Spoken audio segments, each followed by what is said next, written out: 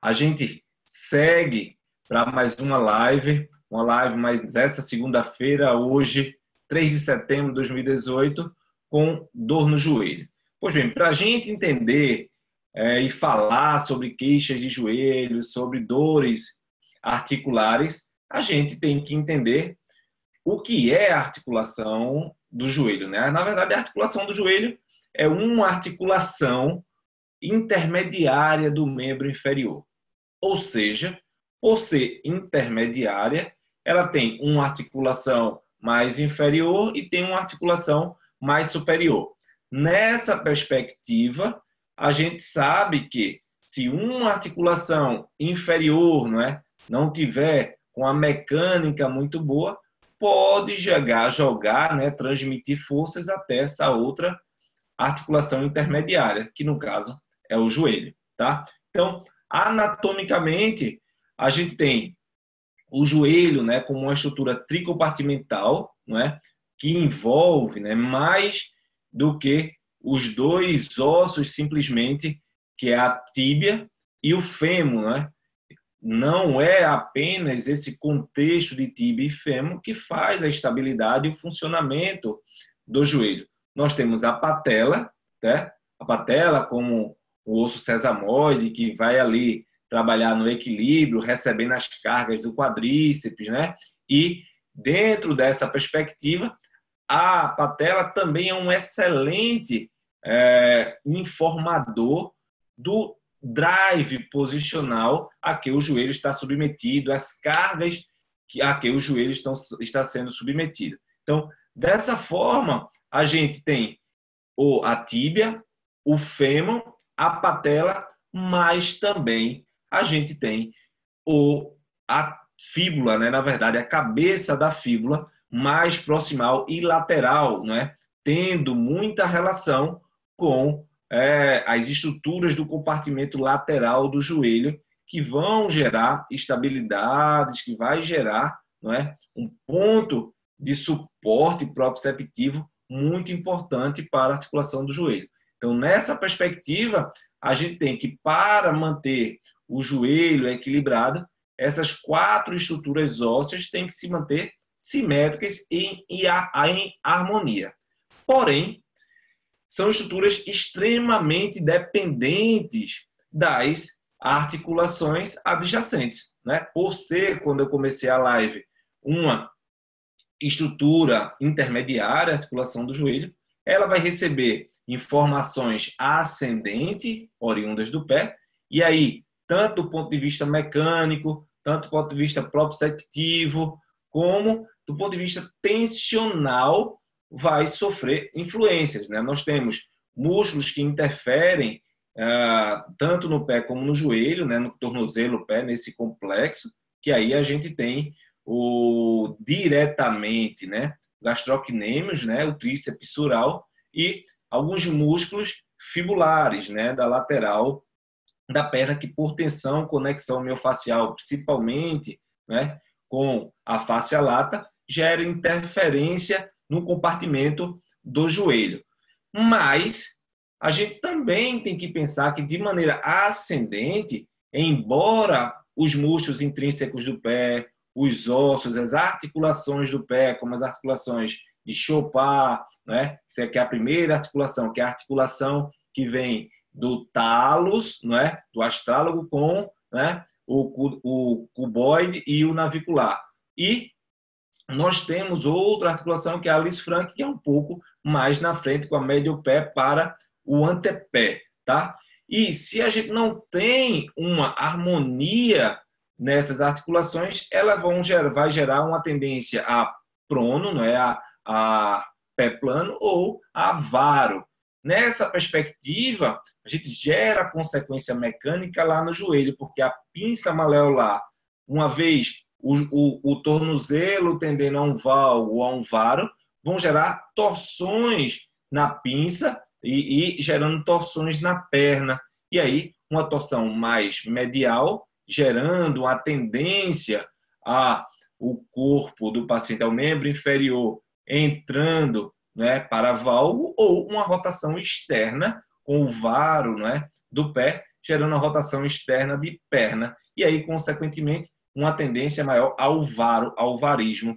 A tendência de valgismo, né, com o pé plano, e a flexão, o flexo do joelho, né? E assim como nós temos uma tendência a varismo e uma tendência a recurvato do joelho quando de maneira ascendente, tá? Então, essas informações de propriocepção, de captores posturais que envolvem o pé, né? Essas informações especificamente, né, nos dias 10 a 14, né, de setembro, agora em setembro, dias 10 a 14, eu vou estar falando sobre essas questões proprioceptivas, tanto ascendentes como descendentes, na aula sobre os captores principais, tá? No workshop sobre diagnóstico osteopático, que é gratuito. Se você ainda não se inscreveu, vai lá e se inscreve, tá? Então, essa questão proprioceptiva também gera influências lá no joelho,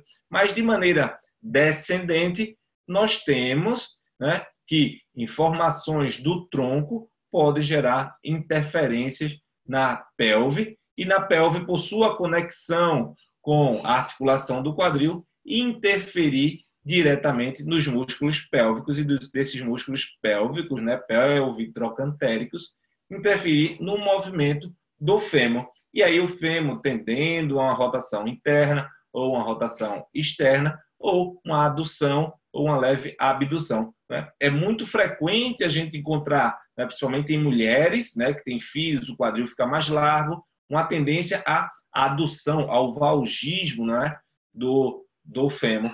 Não só por conta da pelve mais larga, né? Isso a gente tem uma tendência, porque isso é consenso em todo lugar. Mas se não for para dar uma informação diferenciada para você, a gente não estaria fazendo uma live para falar a mesma coisa que todo mundo fala.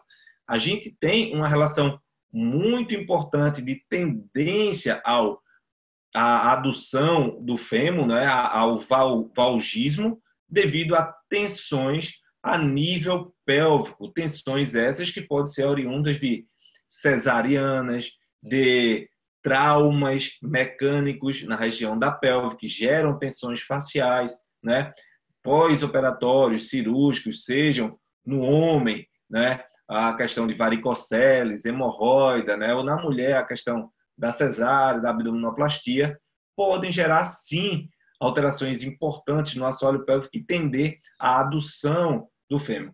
Essas são perspectivas que, antes de qualquer tratamento do joelho, devem ser analisadas. Você não pode tratar uma dor do joelho, principalmente aquela dor, né, que o paciente vem questionando: eu tenho, meu joelho dói porque tem artrose no joelho. Levou queda, alguma pancada? Não, só por conta da artrose. Não, então calma. Alguma coisa tem errado nesse joelho, nesse compartimento, nesse complexo lombopélvico e membro inferior que está afetando a harmonia, e dentro dessa harmonia, né, o joelho está sendo sobrecarregado. Essa desarmonia, o joelho está sendo sobrecarregado. E é essa visão global do paciente que eu vou trabalhar bastante dentro do workshop, né? E você vai ter essa oportunidade também de receber um material de acompanhamento após cada aula, vai ter um material extra que o aluno vai receber e vai poder até fixar um pouquinho mais o conteúdo. Está sendo bem construído, e quem ainda não se inscreveu, repito, se inscreve lá, 10 a 14 de setembro, tá certo? E aí, dentro desse contexto, onde os pacientes chegam com um diagnóstico clínico sem causa aparente de trauma, a gente tem que entender qual a desarmonia que está acontecendo no membro inferior, partindo desde o pé de maneira ascendente e desde a coluna lombar, e muitas vezes até mais acima, para verificar como estão funcionando os músculos, né, do membro inferior e do complexo lombopélvico. Como, por exemplo, né, o glúteo médio. O glúteo médio é muito conhecido, né, dentro dos protocolos de tratamento, mas quem trabalha com exercício, uma vez eu fiz uma aula exclusiva para o pessoal da mentoria, falando exatamente isso, né? Qual o problema de você trabalhar com exercício direto com o pessoal do Pilates, com o pessoal do treinamento funcional, e não pensar nas outros vieses, né, de tratamento. Que é o seguinte, você encara que a falha de equilíbrio biomecânico do corpo está vinculada apenas a uma fraqueza muscular, como se a fraqueza muscular caísse do céu, né? Como se a fraqueza muscular não tivesse outros fatores, né, corroborando com isso. E muitas vezes tem, né, alterações ao nível de coluna lombar, alterações ao nível do complexo lombopélvico que geram déficit no input sensorial, né, na informação nervosa do músculo, que aí esse músculo, sem receber a informação lá do nervo oriundo do seu plexo, não é? Termina não funcionando tão bem. Então, por exemplo, qual é a relação? Eu fiz até um vídeo já sobre isso no meu IGTV, tá? Você pode conferir lá, que é cesariana e dor no joelho. Qual a relação lógica que isso pode acontecer? Veja, se você tem uma cesariana que vai afetar efetivamente a harmonia do útero. Vamos falar só do útero. Você vai lá, corta, né? O útero, o bebê sai, gera uma cicatriz. A cicatriz, logicamente, vai afetar o que? A víscera. A víscera, de maneira embriológica, né? Falando do desenvolvimento do corpo, é denominada de viscerótomo dentro de uma perspectiva de facilitação da medula. E aí toda a região de medula tem um grupo de estruturas oriundas de uma mesma parte embrionária, ou seja, de uma mesma relação metamérica. Ou seja, se eu tenho o meu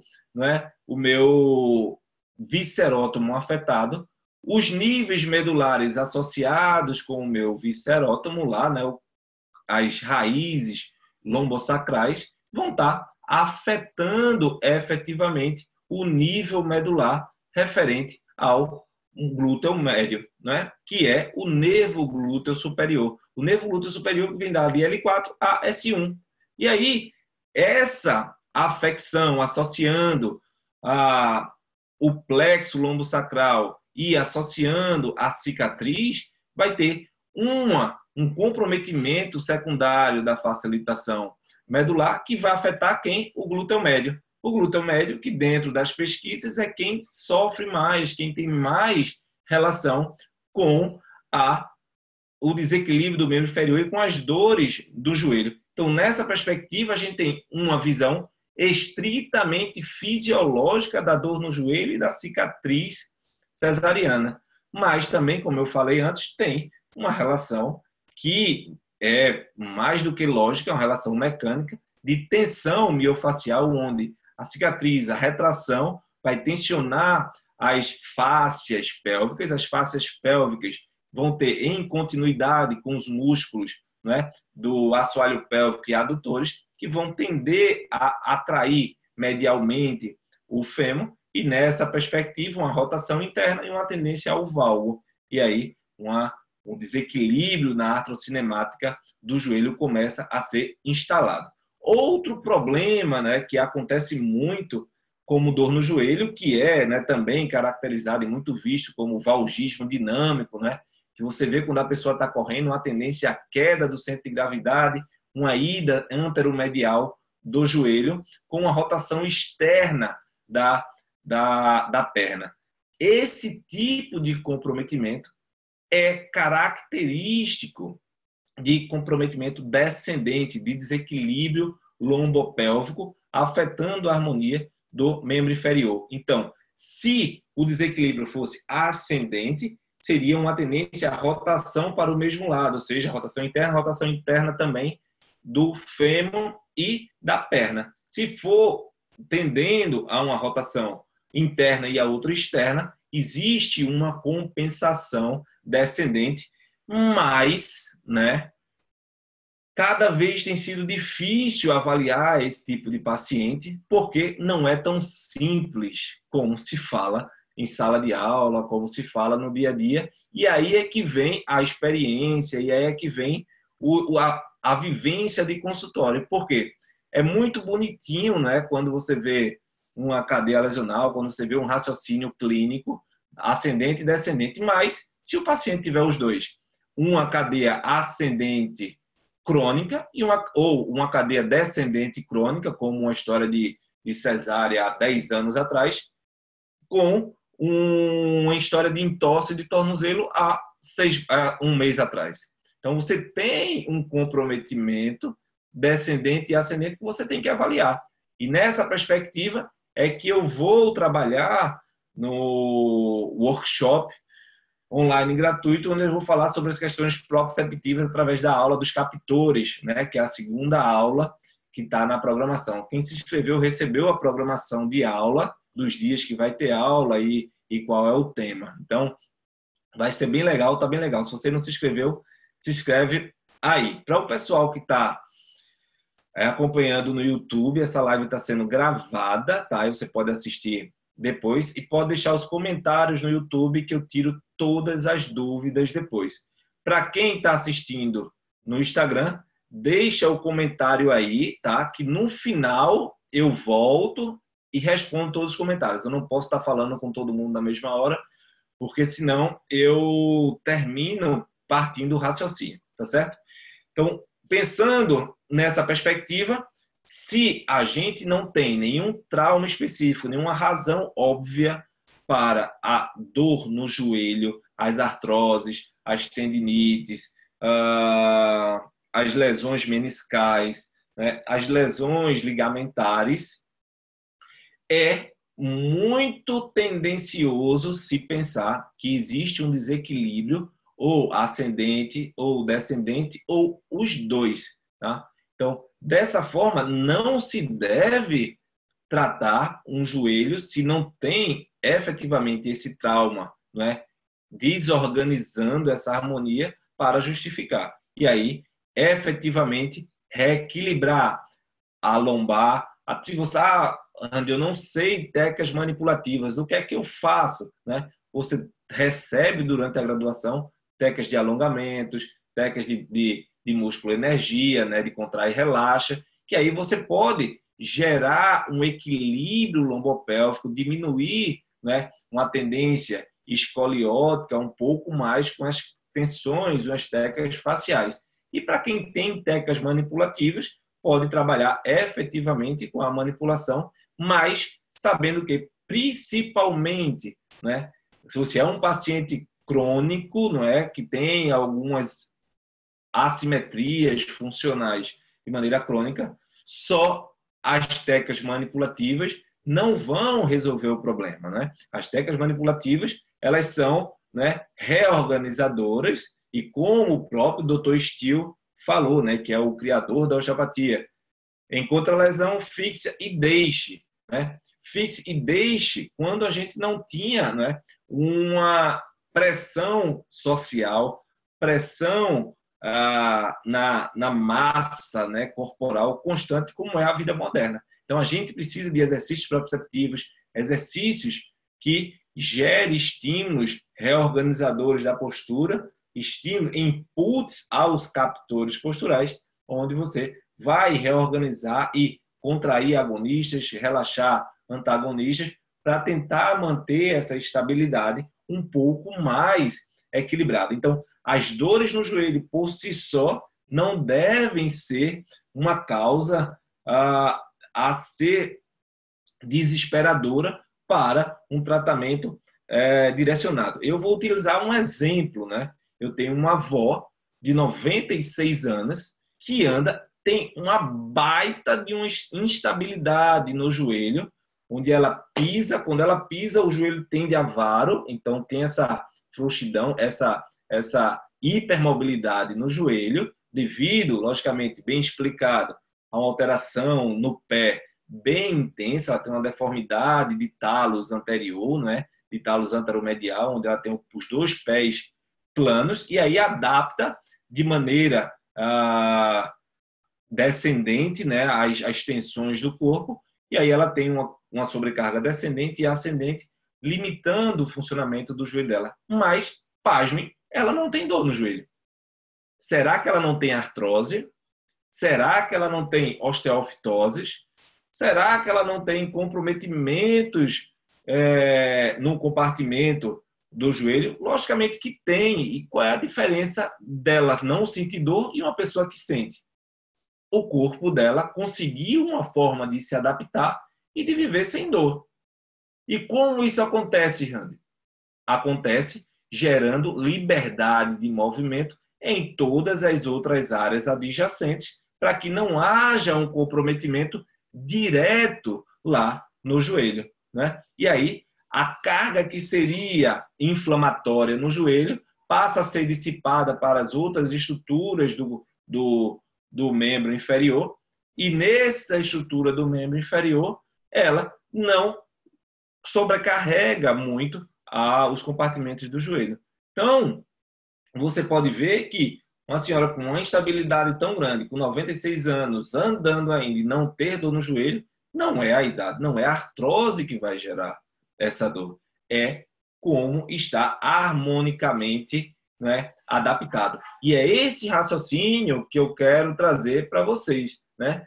Que uma senhora de 50 anos com artrose, com muitas dores no joelho, não é caso da gente estar desesperado, nem ela se desesperar querendo já fazer cirurgias para colocar uma prótese de joelho. Não, né? Então, ela tem que ser estimulada a readaptar seu corpo, a melhorar a mobilidade proximal de quadril e lombar, né? E melhorar a propriocepção de pé, funções de músculos intrínsecas do pé, para poder isso estar efetivamente mais adaptado. Agora, não adianta o paciente jogar para você toda a responsabilidade da melhora dela, né? O processo terapêutico é um processo mútuo de harmonia, de simbiose entre terapeuta e paciente, e por mais que você tenha a melhor técnica e a capacidade proprioceptiva não ser restaurada pelo paciente, fica bem difícil, né? Você promover uma harmonia no corpo dele se ele não segue as suas orientações, né? Você tem que efetivamente, né, melhorar essas mobilidades, mas dentro de um contexto, né, geral, se ele não fizer a parte dele, fica bem complicado. Então, essa é a visão que eu trago para vocês sobre a dor no joelho, né? Que não é simplesmente um diagnóstico clínico, tendinopatia da pata de ganso. Pô, o que é a pata de ganso, por exemplo? Né? Pata de ganso é a junção de 3 tendões, né? De três inserções.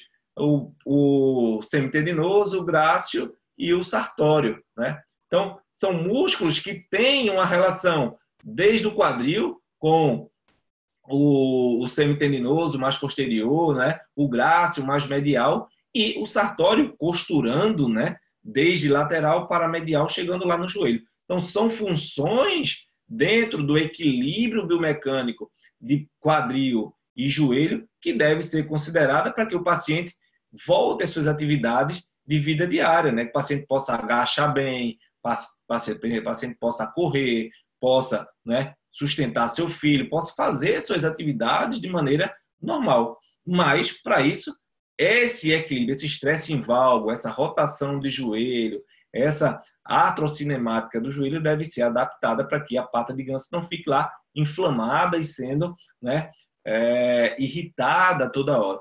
Então, esse tipo de raciocínio é que eu vou propor para você cada vez mais ir lá no primeiro workshop online, que é 100% gratuito, você que vem me acompanhando, tem visto que eu tenho divulgado bastante, é mais uma forma de você poder entender em uma semana como é o raciocínio osteopático. Logicamente, eu escolhi esse tema para poder passar para você um conhecimento direcionado, mas eu tenho pós-graduação em quiropraxia clínica e desportiva, formação internacional do método Busquet, né? Ministro cursos na área de bandagem elástica através da K-Tape Academy da Alemanha e trabalho efetivamente dentro do Comitê Paralímpico Brasileiro e Internacional, onde é um trabalho onde eu passo a avaliar as deficiências dos atletas paralímpicos do atletismo, e essas deficiências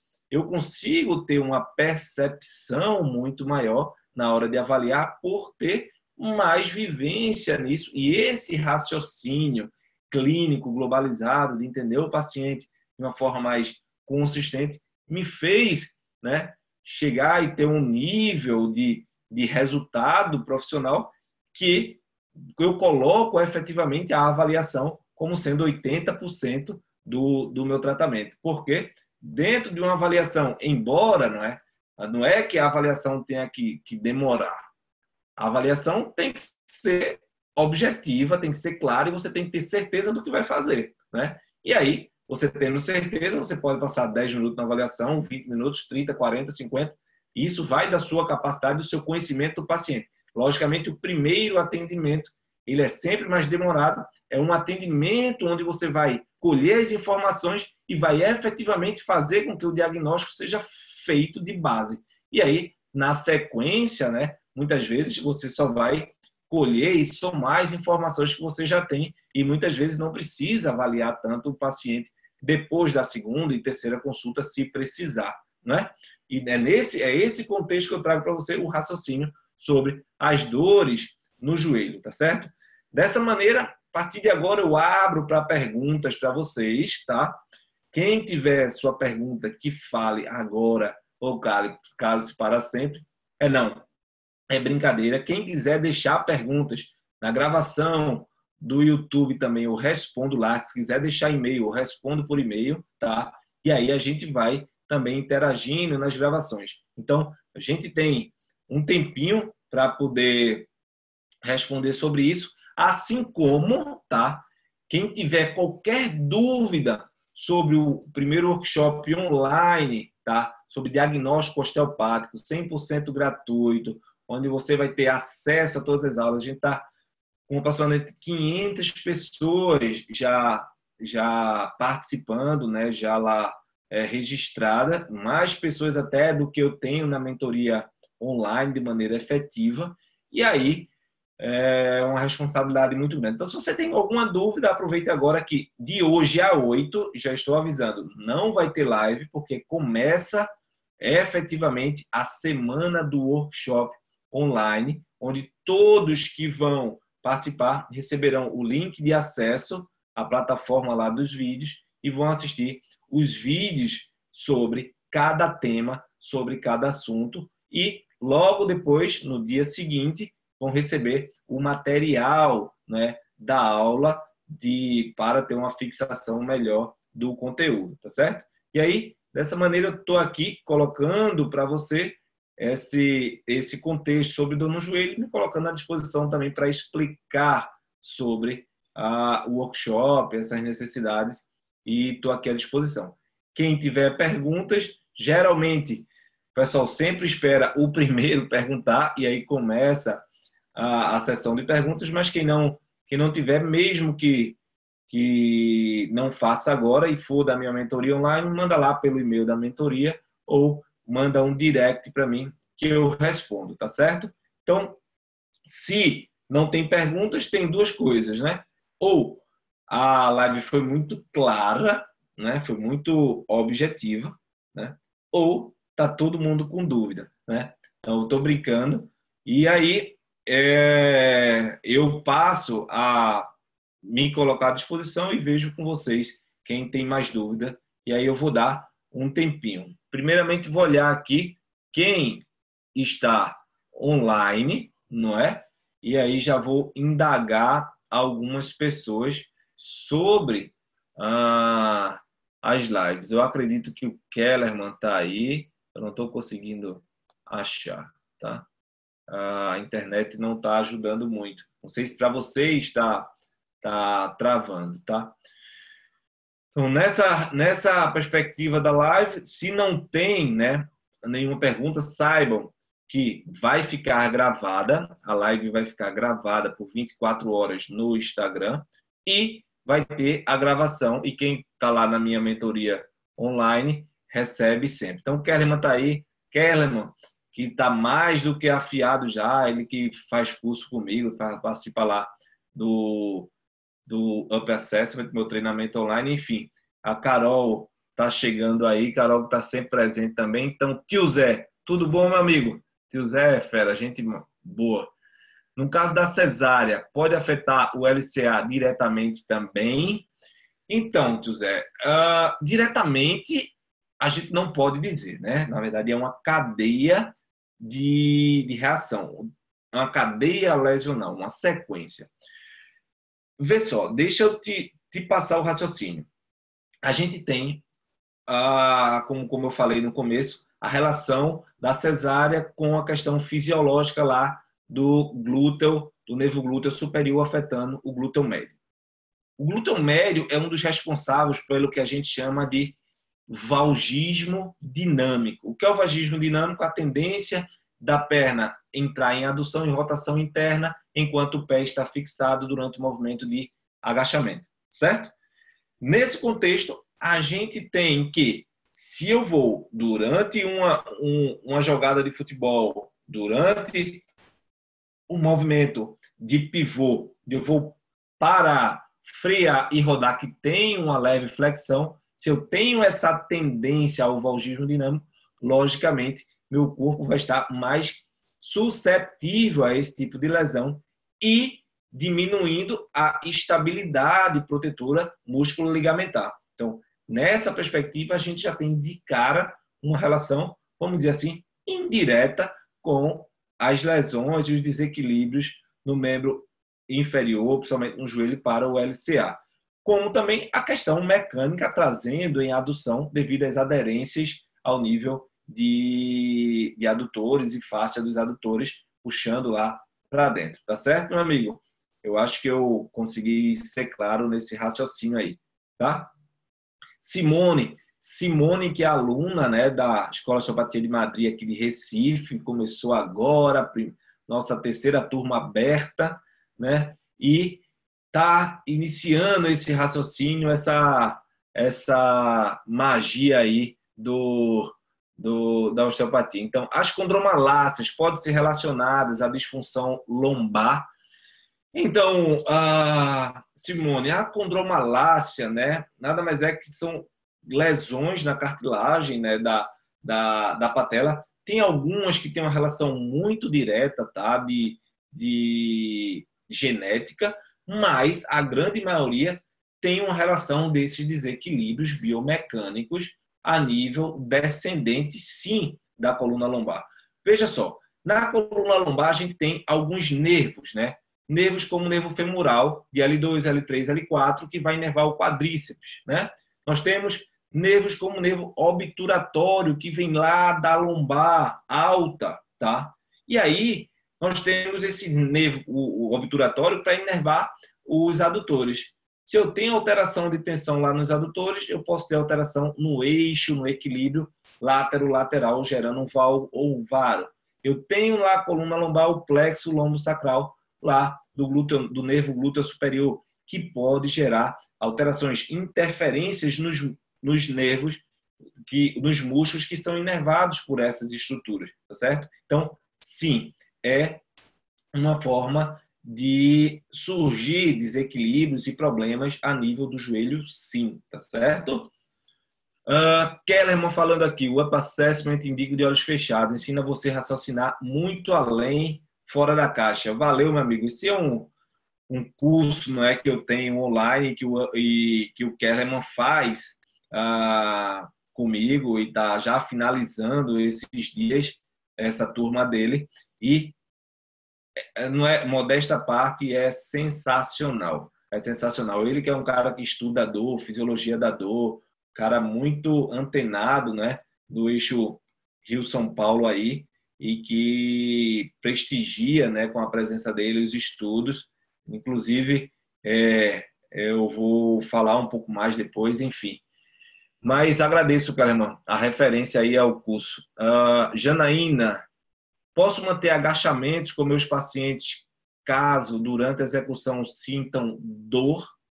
Primeiro, se seu paciente sente dor ao agachar, primeira coisa que você tem que ver é a técnica, né? Você tem que ver se a técnica do agachamento está correta, o que na grande maioria das vezes não está, tá? É, sinceramente, um lixo a maioria dos agachamentos, sem orientação. Quando o agachamento é bem orientado e mesmo assim o paciente não consegue agachar bem, você precisa verificar as informações ascendentes, oriundas do pé, e as informações descendentes, oriundas do complexo lombopélvico, de lombar, de quadril, de pelve. Caso não exista nenhuma alteração a nível descendente ou ascendente, você deve continuar, sim, focando na estratégia da técnica, porque dependendo da aptidão física, esse músculo, essa estrutura muscular precisa de estímulos para poder encaixar o movimento de maneira correta, poder suportar a mecânica do corpo e, dessa forma, realizar o movimento de maneira sincrônica, sem questões patológicas associadas. Mas lógico que sempre evitando o nível da dor. Você faz o movimento até onde não dói e volta. Porque se a gente para de fazer, a gente diminui o movimento articular. Diminuindo o movimento articular, a gente diminui o estímulo, a formação do líquido sinovial, que é responsável pela nutrição articular. E aí você termina propiciando um esquema de lesão degenerativa devido à falta de nutrição. Tá bom, Janaína? Espero você no workshop online. Vai ser top. Você vai gostar. Valeu, tio Zé. Show. Leonardo. Doutor, uma dor na lateral do joelho pode ser uma tensão na fáscia lata, no tensor da fáscia lata? Sim, né? Pode ser isso, mas pode ser várias outras coisas também, tá, Leonardo? Para isso, existe teste, né, específico do tensor da fáscia lata, onde em decúbito lateral oposto você deixa a perna para cima e tenta verificar se vai haver a queda em adução da perna. Se houver uma tensão excessiva que justifique a tensão no tensor da fáscia lata, essa perna não vai realizar a adução de maneira fluida, vai ter uma rigidez e aumento da tensão no complexo póstero-lateral da coxa. Beleza? Kellerman, para você, Randy, o valgo dinâmico é causa ou consequência das lesões no joelho? Rapaz, você, é o que dá a ensinar para esse pessoal. Kellerman, na verdade é o seguinte, cara, eu acredito muito que as lesões do joelho não são do joelho, tá? Primeiro, a menos que elas tenham traumas e essas microtraumas de maneira crônica, devido a um valgo dinâmico crônico, vai gerar lá um problema. Elas são efetivamente de origem, né, à distância. E aí, o que eu tenho a lhe dizer é que o valgo dinâmico, ele não cai do céu. O valgo dinâmico deve ser estudado como uma consequência de um desequilíbrio, principalmente lombopélvico, de coluna lombar, tá? Por quê? Porque ou também, né, vamos dizer assim, da pelve, que pode ter aderências, alterações viscerais que propiciam o desequilíbrio e a tensão da pelve, né, como eu falei da relação da cesárea com o plexo lombosacro, tá? E aí, dentro dessa perspectiva, a gente precisa corrigir, né, essas alterações do complexo lombopélvico para poder os músculos funcionarem melhor e os músculos funcionarem melhor gerar uma estabilidade. O que é que acontece na grande maioria das vezes? Acontece que quem tem conhecimento, por exemplo, em alguma técnica manual, osteopatia mesmo, acha que manipulando o cara lá, equilibrando direitinho o complexo lombopélvico através das técnicas manipulativas, vai acabar com o valgo dinâmico. Não vai, tá? Não vai, porque para isso precisa do estímulo proprioceptivo, precisa do estímulo muscular para reprogramar a contratilidade do músculo e gerar uma informação descendente coerente que muitas vezes já tem uma adaptação podal. E aí é que está o problema. Porque quando você reestrutura lá em cima, você vai ter também que olhar lá para o pé, né? E aí é o grande problema, porque você diagnostica previamente que é um problema de valgismo dinâmico e fica martelando apenas no quadril e na lombar e o cara está melhor 80%. E os 20% onde está, muitas vezes está na informação ascendente. Tá certo, meu amigo? Essa informação foi top a sua pergunta, que eu pude esclarecer mais ainda para o pessoal. E também convido você já faz parte do meu treinamento online, você já me acompanha aí desde março, né, nessa mentoria online, a participar do workshop, você vai gostar, tá? Top.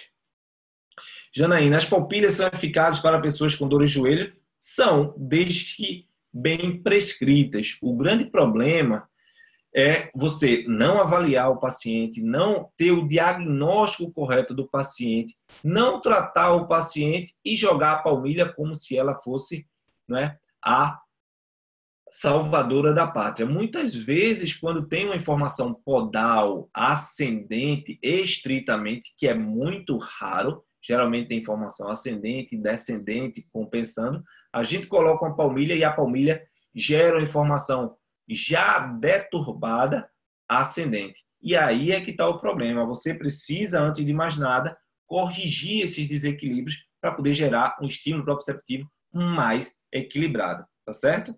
Elas são boas? São, desde que bem prescritas no tratamento. Grande Rodrigo, boa noite, Rani. Não pude acompanhar a live, espero não estar perguntando algo que você já tenha mencionado. Queria a sua opinião da relação entre o talos e o valgo dinâmico. Rodrigo, é o seguinte, o valgismo dinâmico, propriamente dito, você que é um fera aí, o cara, osteopata DO, tá, pessoal? O cara top, o cara que eu conheço, parceiro lá de Vitória da Conquista, ele ministra cursos da CATEIP lá na Bahia com a gente.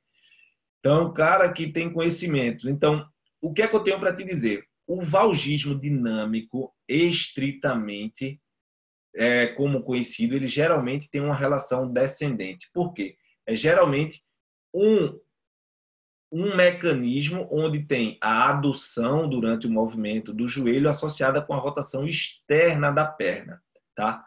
Porém, se for apenas de maneira ascendente, a gente vai ter o talos, não é? Que entra medialmente quando ele tem um problema, principalmente de entorse, alterações de funcionamento, onde a gente vai ter alteração do pé e desequilíbrios do arco plantar. Quando ele entra medialmente, ele gera uma torção medial da perna, que gera uma torção medial do fêmur e gera uma antiversão da pelve, né? Tudo isso eu vou falar no workshop online, tá? E aí, você já que você perguntou, estou passando aqui para você. E aí você tem um valgo dinâmico meio que adaptado com as rotações internas todas, que aí vai gerar um comprometimento lá na lombar, porque também tem uma tendência à hiperlordose, tá? E aí gera uma confusão danada funcional. Mas se for um valgo dinâmico descendente, característica que a gente vê sempre como falha do glúteo médio, ele é descendente. Se for pensando no talos, ele é ascendente, mas com essa característica de rotação interna para os dois, tá? Mariana fala aqui. Boa noite, Randy. As lives, as aulas e o curso Upper são excelentes, traz dicas e conteúdos atuais, nos fazendo enxergar o paciente por uma nova perspectiva. Eu agradeço demais, tá, Mariana, esse seu relato, porque, como você sabe, isso é uma meta que eu tenho de levar conhecimento de maneira gratuita, de maneira irrestrita, para transformar essa perspectiva da fisioterapia. A gente tem muito paciente que reclama que fisioterapia não dá resultado, e você mesmo é uma aluna do curso, uma pessoa que acompanha as aulas e que possivelmente já está alcançando vários resultados e não é osteopata. Então, o que eu quero trazer é um conhecimento que pouco se fala em universidade, que pouco se fala nas pós-graduações, muitas vezes, e que é tão fácil e tão simples passar para as pessoas. E aí, a gente vai crescendo aos poucos, né, fazendo uma comunidade de pessoas que querem efetivamente uma fisioterapia de responsabilidade, uma fisioterapia de critério, tá certo? E aí, agradeço demais o seu relato, que aí fica para você também, tá? O convite, não fuja para o workshop online, tá? Sobre diagnóstico osteopático, vai ser top, um momento de grande afirmação de conteúdo, tá?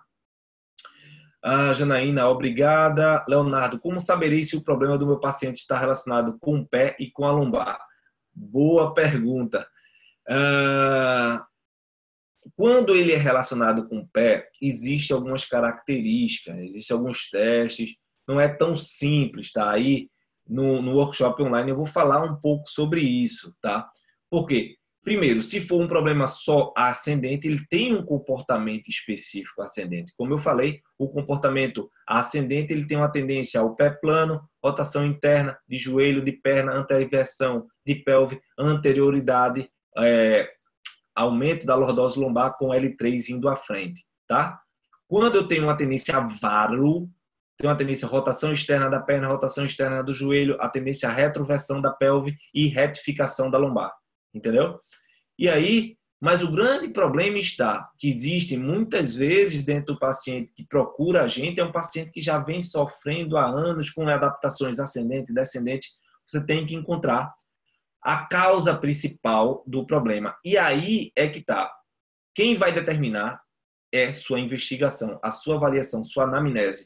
O paciente vai falando, você que me acompanha, Leonardo, já há um tempo, você tem que contextualizar, não é, o paciente, você tem que colocar o paciente quando surgiu o sintoma, o que está relacionado dentro do corpo dele com a lombar, se existe relações metaméricas de facilitação medular, se existe relações estritamente mecânicas, e aí fazer uma conexão do que é descendente e ascendente. Geralmente precisa um pouco mais de raciocínio clínico e de juntar as informações que ele fala com os testes específicos. Não é só fazer teste de maneira aleatória, é escutar, ouvir, perguntar, ouvir mais ainda e atacar o ponto certo na hora de fazer os testes, porque isso é que vai determinar, tá bom? Não sei se eu consegui lhe ajudar. Kellerman agradece, perfeito. Gabi, Ana Gabriela, sou leiga, queria saber se o músculo posterior da perna encurtado interfere no joelho. Sim, Gabi, seja bem-vinda, tá? Aqui é para informar, não tem problema nenhum. O músculo posterior de coxa, né? Ele é extensor de quadril, ou seja, né, estimula, né, a extensão do quadril e também a flexão do joelho.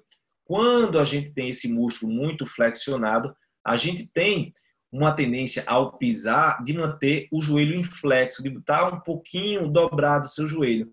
Quando o joelho se mantém um pouco dobrado, quando está, né, pisando, a gente tem uma tendência a co-contração entre os músculos da frente, de extensores, e os músculos posteriores, gerando um vetor de compressão na sua patela, tá? E aí você pode ter algumas dores patelares, condromalácia, alguns comprometimentos nesse sentido, tá bom? Pinheiro, acho que é Fernando Pinheiro. Boa noite, Renan. Até alterações ilho-pissuas podem gerar dores no joelho? Existe alguma relação entre perna curta e dor no joelho? Então, ilho-pissuas, ele é flexor de quadril, né? Flexor de quadril, ele não é? Gera uma tendência de inclinação lateral da pelve, e por ele passa o nervo femoral, e aí pode gerar diversos comprometimentos a nível do membro inferior, mantendo, não é, uma tensão muito grande em flexo. E aí é semelhante à pergunta da colega. Então, o quadril em flexo vai tender a gerar um joelho também em flexo, e aí uma co-contração gerando uma tendência a aumento da pressão, hiperpressão patelar, fora os comprometimentos lá na lombar, que podem comprimir o plexo lombar e alterar a função de outros músculos, tá certo? E entre perna curta, sim, né? Se a perna curta, principalmente se for verdadeira, ela vai ter uma relação com antiversão de pelve, com as adaptações em varo do pé para tender a alongar a perna e gera um desequilíbrio de dissipação de forças. Mas nada que um bom suporte, um bom cálcio, uma boa adaptação dessa alteração da perna não equilibre essa função do joelho, tá certo? Mariana, novamente por aqui. Já estou inscrita no workshop. Excelente. Você e um monte de gente. Vai ser massa. Toda cirurgia na região abdominopélvica vai gerar essas compensações e alterações a nível lombar e joelho. Olha, você me conhece e sabe que eu digo, né? Quando se fala tudo, toda, eu acredito que toda generalização ela é burra, inclusive essa afirmação que eu estou falando. Quando você generaliza, você tira os vieses, né, de adaptação fisiológica que o corpo tem. Você pode sim, né, gerar compensações e alterações, mas elas podem não ser dolorosas. O paciente não pode ter dor, mas com um nível altíssimo de chances de existir essa tendência devido às relações lógicas que eu falei aqui, tanto de comprometimento mecânico como de comprometimento, né, fisiológico, né? Retrações abdominopélvicas geram tensões que tensionam a pelve em rotação anterior, rotação posterior, puxam um pouco a pelve em rotação interna, né, em tensão interna, que isso tudo vai afetar os músculos do quadril que vão para a perna, tá? Então, nessa perspectiva, a gente vai ter sim uma sobrecarga, mas se vai ser patológica, a gente não pode confirmar. Como eu falei, a história da minha avó, ela tem um altíssimo nível de desequilíbrio, mas que não tem sintoma. Então, corpo bom é corpo equilibrado, não precisa ser posturalmente bonito, mas ele precisa ser não sintomatológico, tá certo? Rodrigo, parabéns pelo serviço que tem prestado com suas aulas. Mais importante que ensinar técnicas é disseminar o raciocínio osteopático, que todo fisioterapeuta deve possuir, mesmo que não seja osteopata. Valeu, meu amigo. É sempre bom ter pessoas com grande referência aqui, tá? Gabriel Silva, fera demais. Grande prazer acompanhar suas explicações. Valeu, Gabriel. Chama aí, chama a galera. Vamos participar do primeiro workshop. Vai ser top, vai ser sensacional. Grande Fernando, também presente. Então é isso, tá? 10 horas da noite, 1 hora de live, parece que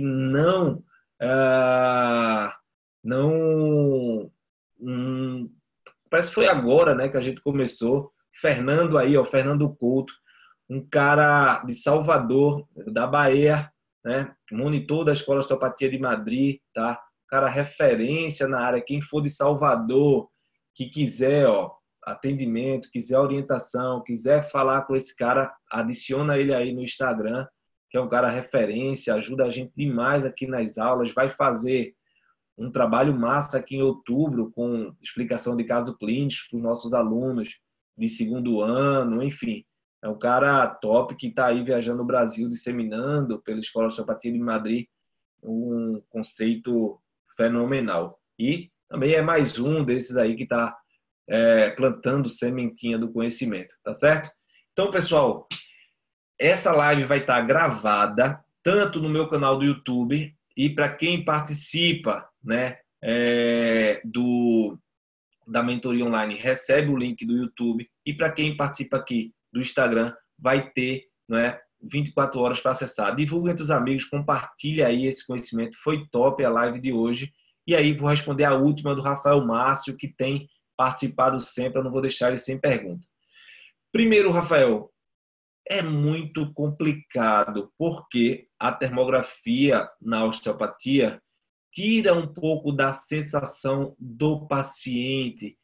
Tem que ter um ambiente, não é, de temperatura, tem que ter um equilíbrio, não é, homeostático para poder você avaliar e não ter viés. Eu, sinceramente, eu não gosto muito de grandes tecnologias. Eu confio muito no meu feeling, na minha sensação, nos meus testes clínicos, no que eu estudei, tá? Então, muitas vezes é algo que, né, aparece com o paciente fica impressionado e aí você vende melhor um serviço. Mas, de maneira clínica, uma opinião minha, tá? Eu não tenho grande aceitação devido aos vieses que podem causar, tá? Por último, para fechar com chave de ouro, ótimo. Gratidão pelos esclarecimentos. aí que confirmo que a graduação é muito pobre. Valeu, sempre bom treinar um raciocínio clínico.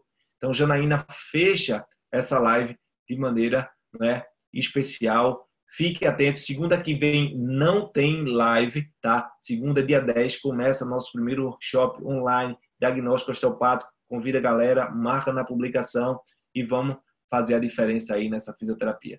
Grande abraço, valeu, tchau!